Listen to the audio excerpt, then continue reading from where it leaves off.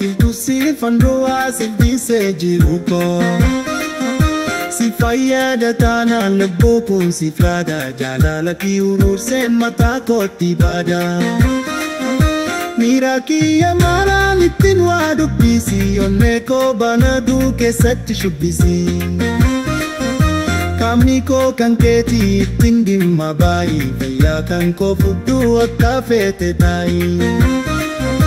harki kiyya keetii ittiin waa hojjetu milli koo koomitii fudhitti najjetu fudhuu qaama koo hunda hin eegin mallattoo seera mallattoo falmii malee an obsiif laateera obsiif kennee kaa'ee sin gaafa duulamu homtuu nan fudhatu sirraa jaabaaf beekaan qabu homtuu naa sin gaafatu tokko sin seerin maamii naanii dhuunfaa keetii ragaa deddecheebsaamii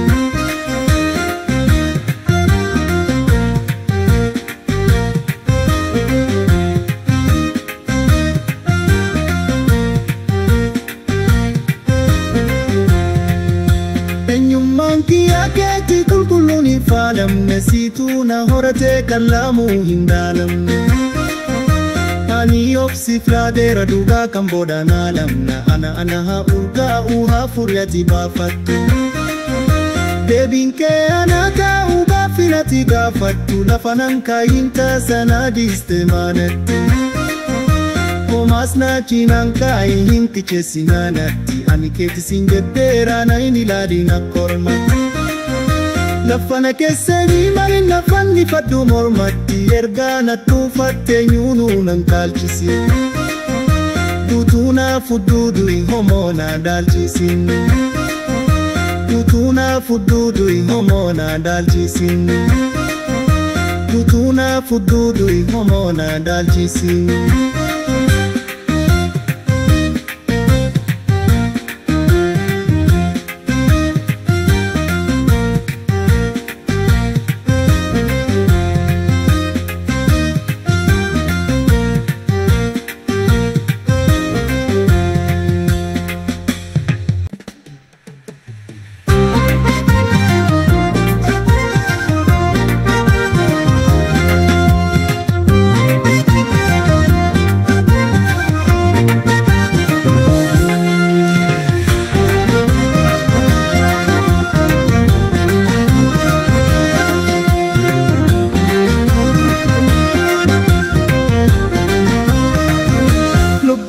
si ala si medeti ruko filtu si fanroa sildi se jiruko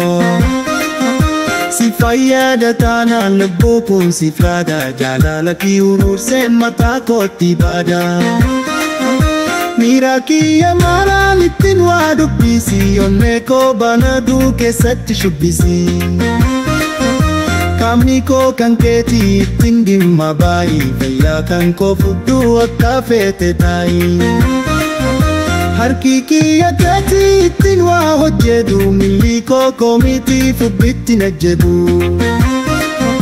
fudhuu qaama koo hunda hin eegin mallattoo seera mallattoo falmii malee an obsiif laateera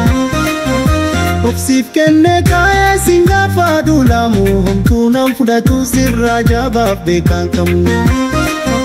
homtuu naa sin gaafatu tokko sin seerin maamii naanii dhuunfaa keetii ragaa deddecheebsaamii